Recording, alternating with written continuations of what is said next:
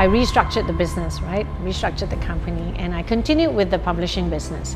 So then we only concentrated on a few key magazines. So one of them is, of course, Hospitality Asia, and we had retail and so on. So for the next couple of months, I was still making sure that the business can sustain itself, because I had debts to pay, right? Make sure I have enough to pay the debts, have enough to continue. So when I look at the publishing business, and I thought, this is not going to be completely sustainable. It's not going to be a business that, at only publishing, to focus on only publishing to go on for that long. What else can I do? What else can I add on to the business? So then I remembered doing a trip to Singapore. That was in early 2002. So I made a trip to Singapore, and I was visiting different hoteliers. And one of the hotel that I was in was the Carlton Hotel in Singapore, and I was there to visit one of the hotel manager. So I was waiting for the hotel manager, seated at the lobby lounge, and suddenly I just looked around, and I noticed that there's so many people working in a hotel. The people who carry the bags, the people who are, the bellboys who open the doors, carry your bags, the concierge who helps you, the front office, and the housekeeping. And suddenly I looked at it as, wow, there's so many what we call the back of the house people who actually works in a hotel. And then I noticed that I was in the lobby lounge, and I was alone. I was the only guest. And there's this lady who was, I tell you, I've never seen someone so passionately cleaning all the tables, rearranging the flowers. There was nobody there. It was only just me. And she was going around. She was cleaning the tables, rearranging all the flowers and the sugar sachets. And I just looked at her and said, my God, it's people like that really makes a difference in hospitality. And yet nobody notices people like that. Nobody notices her. So then when the hotel manager came, I gave a proposal. I said, at that time I was still publishing Hospitality Asia. And I gave him a proposal and said, what if I did a segment where every hotel would select the employee of the month for us to highlight, for us to write about. And I was telling him about, these people require recognition, these people need this and that. And he said, yeah, it's a good idea, you could do that. So I went back to KL. I started writing to all the different hotels and said, every month can you give us somebody that, we could highlight some, we call it service heroes. Nothing much came through, to be honest, really. But when you ask for GMs, chefs and so on, they would happily just send in, all the write-ups and everything else. And then that triggered me to say, what is it that I can do in order to really create the need for recognition, the purpose of doing recognition, not just for hotels, not just for the GMs and chefs, not just for the owners, but for the people that matters, the people from behind the scenes, the service heroes and these people. And that was the idea that just came into my mind at that time, was running awards. When you run an awards and you give recognition, people can't say no, right? So that was how I created the idea of running an awards. And then I started looking into, okay, what's needed? What are the awards that's available in the market? And at that time were only all the international awards that was available. How do I want to run it? So I started putting the jigsaw puzzles together, right? So I took a piece of white paper and I started writing. So the first thing I wrote was, what's the name of the award? What should I call the award? And then I thought, it's a hospitality award. I have a hospitality magazine. Why not name it after the magazine? So Hospitality Asia something award. So what was it? So I wanted to create an Oscars. I wanted to create an Oscars of hospitality, red carpet, and let these service heroes walk on the red carpet, get them the recognition. So, exploring different names like, would it be platinum, would it be a diamond award or whatever award, silver award, it all didn't sound good. And then it came with platinum. So then I put it together and said Hospitality Asia Platinum Awards. So in short, it's called HAPA. And then it sat very well, and I felt really good about it. And I said, that's it. This is the name. So that was the first thing I had on the white paper. And then I went into how do I want to do it? How do I want the concept, the awards to be done? So then I wanted it to be judged based on mystery judging, mystery shoppers, making sure that the criteria are set right and all that thing, and started putting into perspective. With that idea, I went to pitch. So I started talking to different people in the industry. I started talking to associations, and at the beginning, to be honest, there was a lot of voices came to tell me that it won't work. They said, it won't work, Jen. A local award won't work. People always want to have the international award, international recognition. This award won't work. And you want people to attend the dinner, they're not going to come unless they know, excuse me.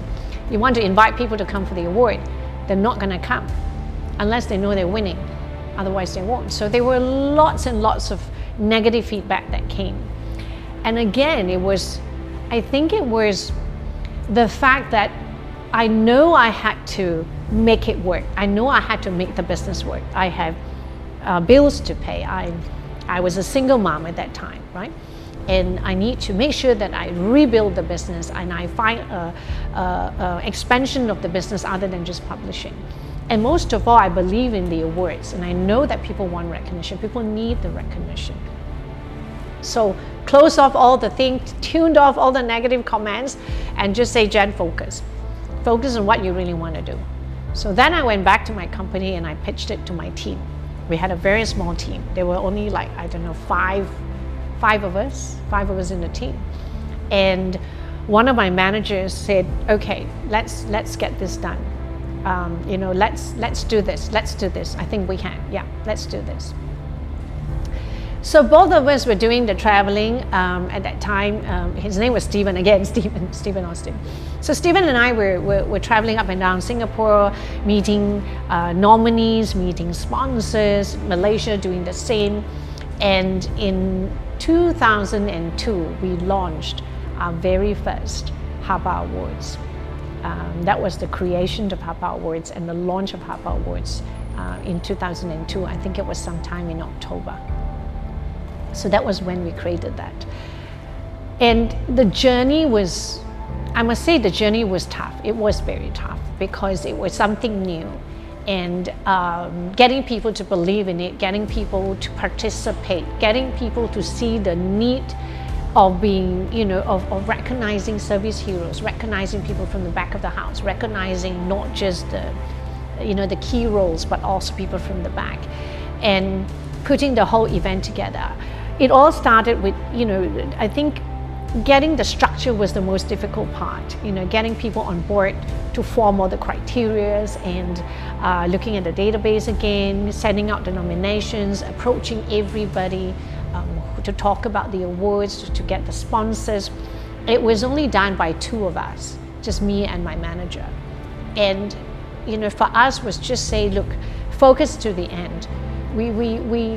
I think that's where, Vincent, that's where I believe I built my resilience. That's where I really said, look, by hook or by crook, I need to get this out. I need to get to the end of, where I want to see the launch of the awards, no matter how tough it is. We had sleepless nights. We were traveling up and down to Singapore and Malaysia.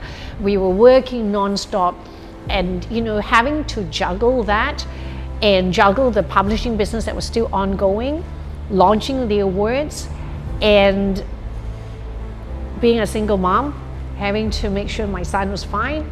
And it was a madness juggle. And at that time, it was another big crisis because I had a couple of head of departments. I think there were 4 of them. At that time, just as I was planning the awards, all the head of departments resigned or walked off. Because I think they couldn't see the potential of the awards. I think they couldn't see the potential where the company was heading, because the company just came out of debt. Now, we didn't come out of debt yet. We were still going through it. And having to work so hard to make sure that the debts were paid and the current business going on and continue to build, where their future, they couldn't see their future in the business that I was running. I think it's no fault of anybody. It's just the way things were at that time, how they saw it. And the same thing then I reflected in my time when I was in Singapore, how my bosses in Citibank saw the potential in me and saw the future for me in banking, but I couldn't see it. And that was when I still tendered my resignation anyway. And the same thing I started then witnessing here, that my head of department saw the same. They couldn't see the future. They couldn't see themselves, growing with the company. So that was one of the toughest times when my key head of departments left, and they all left at the same time. So it was down to me and just me and my manager, Stephen, both of us, to do all the putting together, the work together. Of course, I also had two other of my key right and left hand person. I had Janice, I had Rachel with me, and we all, the four of us really kept it tight and said, push it through, that's what it is. So at that time, I think that's where I started building my resilience, and I realized that, in life sometimes things happen unexpected. You think things are going well, and then suddenly something comes in. You think you're going to get the support, you might not get the support. And having the resilience to keep going and doing what you believe in, having the faith as well, I think that is very important to make sure that you get to where you want to be. Because when people can see that resilience in you, when people can see that, hey, she's not giving up, she's going all the way, we should give her our support. And that's when my few other key managers at that time continued to build it with me, because they could see, they saw the resilience in me, and they said, Jennifer, we're here for you. We're here to do this with you. And that was how I came about to say, the success and the actualization of launching the award happened. So I don't take that credit all by myself. I don't think it was all me.